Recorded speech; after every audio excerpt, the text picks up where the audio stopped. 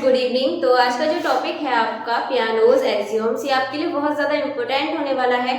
आपके लिए क्या, या जो भी टीजीटी का एग्जाम्स की प्रेप कर रहे हैं, सेंट्रल का हो या फिर आपका स्टेट का हो, यदि आप मैथ से अपनी तैयारी कर रहे हैं तो आपके लिए बहुत ज़्यादा इम्पोर्टेंट है। इसकी जो कंडीशंस होती हैं पियानोज की, आप उनको ही पढ़ लीजिएगा, क्योंकि जो आपके क्वेश्चंस बनेंगे एग्जाम में वो आपको कुछ सॉल्व करने के लिए, प्रूफ करने के लिए तो देंगे नहीं, वहाँ आपको इसके थ्योरी बेस्ड क्वेश्चन आएगा। डायरेक्ट जो इसकी कंडीशंस हैं उनको इसमें पूछ लिया जाएगा। इसीलिए आप इनकी कंडीशंस को ध्यान से देखिएगा और इनको फिर आप आसानी से क्वेश्चंस कर सकते हैं। तो बिना देर किए चलते हैं, बट हाँ ध्यान से, यदि आप चैनल पर नए हैं तो सब्सक्राइब कर लीजिएगा और वीडियो को लास्ट तक देखिएगा। तो देखिए, सबसे पहले बात करते हैं पियानोज एक्सियोम्स की। तो ये जो इनका रिसर्च की गई थी या फिर किसके बारे में पढ़ा गया था, इसमें फॉर नेचुरल नंबर्स, इनमें नेचुरल नंबर्स के लिए किया गया था। तो इन्होंने नेचुरल नंबर्स के लिए 3 स्टेटमेंट्स दिए थे। वो क्या थे? पहला था इक्वालिटी के लिए, दूसरा था सक्सेसर के लिए और तीसरा था मैथमेटिकल इंडक्शन। तो जो फर्स्ट है इक्वालिटी, तो इक्वालिटी को देख लेते हैं सबसे पहले।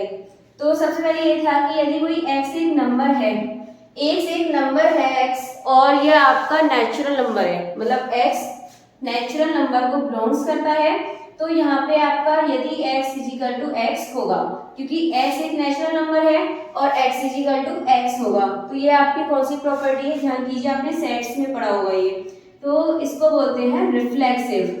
दूसरी है, यदि x और y, ये कोई दो नंबर है आपके x और y, ये दोनों आपके नेचुरल नंबर में बिलोंग्स करते हैं, तो यहाँ पे जो x और y है, यदि ये दोनों इक्वल है आपस में, x y के इक्वल है, तो जो y है वो भी क्या होगा? x के इक्वल होगा।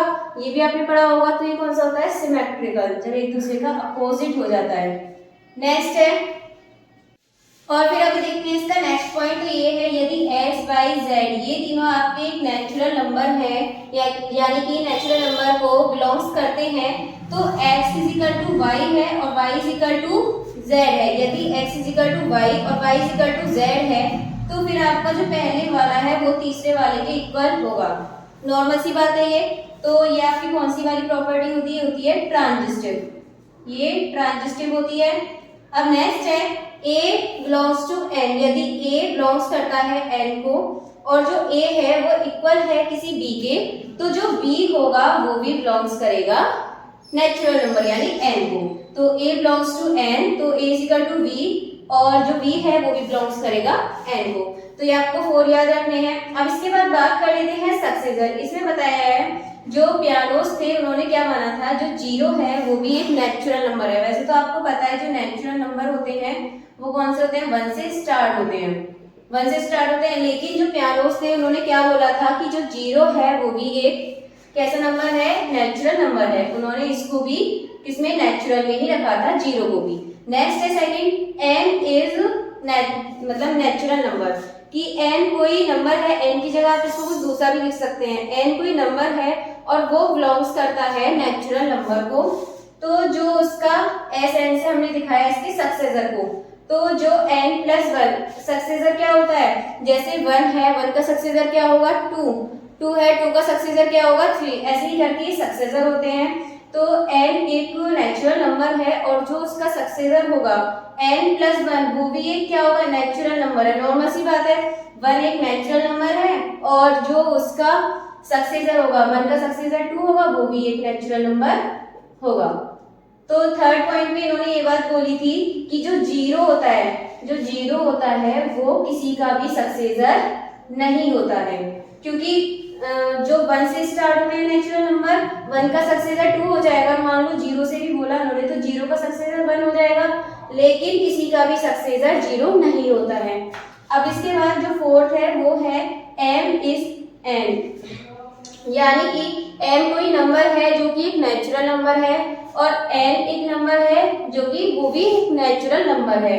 तो m और n दोनों किस में आते हैं? नेचुरल नंबर में। अब इसके बाद जब दोनों के सक्सेसर होंगे, m का सक्सेसर और n का सक्सेसर, ये भी आपस में यदि इक्वल है तो m इजिकल टू भी n होगा, m इक्वल होगा n के। यदि किसी नंबर के दोनों सक्सेसर इक्वल हैं तो वो नंबर भी आपस में इक्वल होंगे। अब इसके बाद थर्ड है मैथमेटिकल इंडक्शन। इन्होंने इसमें प्रूफ माना था। चलिए देख लेते हैं अब इससे रिलेटेड कुछ क्वेश्चन। तो ये है which of the following statements is not among Peano's axioms. इसमें से आपके कौन से पियानोज एक्सियोम्स नहीं है, ये आपको इसमें बताना है। तो फर्स्ट ऑप्शन है, याद है ना आपको अभी पढ़ाए थे पियानोज एक्सियोम्स कौन कौन से होते हैं, कौन कौन सी उसकी कंडीशंस होते हैं। तो बस आपको वही, अगर अच्छे से आपने पढ़ा है, आपको याद है, तो इसका आंसर आप देखते ही पहचान लेंगे। तो फर्स्ट है if x is a number, natural नहीं खाली नंबर बोला है, इसको नेचुरल भी मान सकते हैं। The successor of x is also a number, यदि आपका x एक नंबर है, मान लीजिए एक से x आपका एक नंबर है, यदि इसका सक्सेसर कितना होगा x प्लस 1, सक्सेसर निकालेंगे इसका तो क्या होगा x प्लस 1, तो ये भी क्या होगा आपका एक नंबर ही होगा। तो ये आपका पियानोज एक्सियोम्स है, तो ये आपका ऑप्शन नहीं होगा, क्योंकि आपका इसमें ये पूछा है कि कौन सा पियानोज एक्सियोम्स इसमें नहीं है। सेकंड है zero is a natural number. तो आपको देखकर ये लग रहा होगा ये तो गलत है, क्योंकि जो जीरो होता है वो एक नेचुरल नंबर नहीं होता, बट पियानो के अकॉर्डिंग ये वाला जो जीरो है, zero is a natural number, यानी कि ये भी आपका ऑप्शन सही है। तो ये भी आपका गलत होगा, क्योंकि उन्होंने बताया था जो जीरो होता है उनके अकॉर्डिंग वो एक नेचुरल नंबर है। थर्ड है zero is not a natural number. तो इसका ये वाला जो सी है ऑप्शन ये नहीं होगा, क्योंकि उन्होंने ये माना था कि zero is a natural number. तो zero is not a natural number, ये इसका ऑप्शन सही होगा, क्योंकि पियानोज एक्सियोम्स में नहीं था। बाकी नेक्स्ट है एक्स वाई और जेड बिलोंग्स टू एन। यदि तीन नंबर हैं एक्स वाई और जेड, ये आपके बिलोंग्स करते हैं एन को, तो जो पहला है वो दूसरे के इक्वल होगा, मतलब x is equal to Y, और y is equal to Z है, तो x इज इक्वल टू भी जेड होगा, क्योंकि जब x is equal to Y है, y is equal to Z है, तो x इज इक्वल टू भी जेड होगा, तो इसीलिए x is equal to Z भी बिलोंग्स करेगा n को। तो ये भी आपका ऑप्शन सही है, इसलिए ये भी आपका नहीं होगा। तो जो इसका ऑप्शन है वो ऑप्शन सी इसका सही होगा। नेक्स्ट देखते हैं, ये है the term induction was first used bye. इसमें ये बोला है जो टर्म इंडक्शन थे वो पियानोस के भी थे, लेकिन उन्होंने बोला इसको यूज किसने किया था। The term induction was first used bye, first time किसके द्वारा यूज किया गया था। तो ये आपके पास पाइथागोरियन, या फिर बी वैलेस पास्कल, या फिर सी जॉन वैलेस, या डी जी पियानो। तो इसका जो ऑप्शन है वो है सी। याद रखना ये वाले, ये आपको याद रखने की जरूरत है, कोई समझने वाला क्वेश्चन नहीं है, बस यहाँ पे याद रखना the term induction was first used by C John Wallis. अब देखते हैं अगला क्वेश्चन। तो ये है the sum of the square of three consecutive natural number is divisible by. तो आपके पास चार ऑप्शंस दे रखे हैं। तो ये क्वेश्चन है कि आपको थ्री कॉन्सेक्यूटिव नेचुरल नंबर दे रखे हैं, यदि उनका आप सम करें तो वो डिविजिबल किससे होगा। तो सबसे पहले हम थ्री कॉन्सेक्यूटिव नंबर ले लेते हैं, जैसे हमने ले लिया 1, 2 और 3। दूसरा लेते हैं, जैसे हमने तीन नेचुरल नंबर ले लिए 1, 2 और 3। अब इसके बाद इनका कर दीजिए क्या, स्क्वायर कीजिए, और स्क्वायर करके इनको कर दीजिए प्लस। तो ये जाएगा 1 का स्क्वायर 1 प्लस 2 का स्क्वायर 4 प्लस 3 का स्क्वायर 9। तो कितना हो गया 1 और 4 5, 5 और 9 14। तो 14 इनमें से किससे डिविजिबल होगा। 14 1 से तो चला जाएगा, लेकिन 4 से नहीं जाएगा, 6 से भी नहीं जाएगा, और 9 से भी नहीं जाएगा। तो इसका जो आपका आंसर होगा वो होगा 1। यदि आपका sum the square of three consecutive natural number आ जाए तो वो आपका 1 से डिविजिबल होगा। अब नेक्स्ट है the sum of the cubes of three consecutive natural number is divisible by. अब क्या सेम इसी की तरह क्वेश्चन है, बस इसमें क्यूब्स बोल दिया है।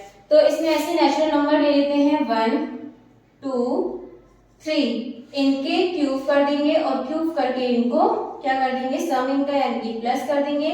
तो 1 का क्यूब 1 प्लस 2 का क्यूब 8 प्लस 3 का क्यूब 27। प्लस करने पे कितना आ जाएगा, ये 1 और 8 9, 9 और 27 और 9 कितना हो गया 36। तो 36 इसमें से 5 से तो जाएगा नहीं, 2 से चला जाएगा, 6 से, 9 से। तो इनके तीन ऑप्शन आ रहे हैं। अब हम क्या करेंगे, कोई और कॉन्सेक्यूटिव कोई अदर ले लेते हैं थ्री कॉन्सेक्यूटिव नेचुरल नंबर। जिसे ले लिया 2 3, 4। इनसे करके देखिए, इनके क्यूब करिए और क्यूब करके इनको प्लस कर दीजिए। तो 2 का क्यूब कितना होगा 8 प्लस 3 का क्यूब करेंगे तो कितना होगा 27 प्लस 4 का क्यूब करेंगे तो 64। अब इनका प्लस करके कितना आएगा, ये आपका ये आएगा 99। तो जो 99 है वो 2 से तो जाएगा नहीं, 6 से भी नहीं जाएगा, ये आपका डिविजिबल होगा 9 से। तो जो इसका आपका आंसर होगा वो होगा इसका 9।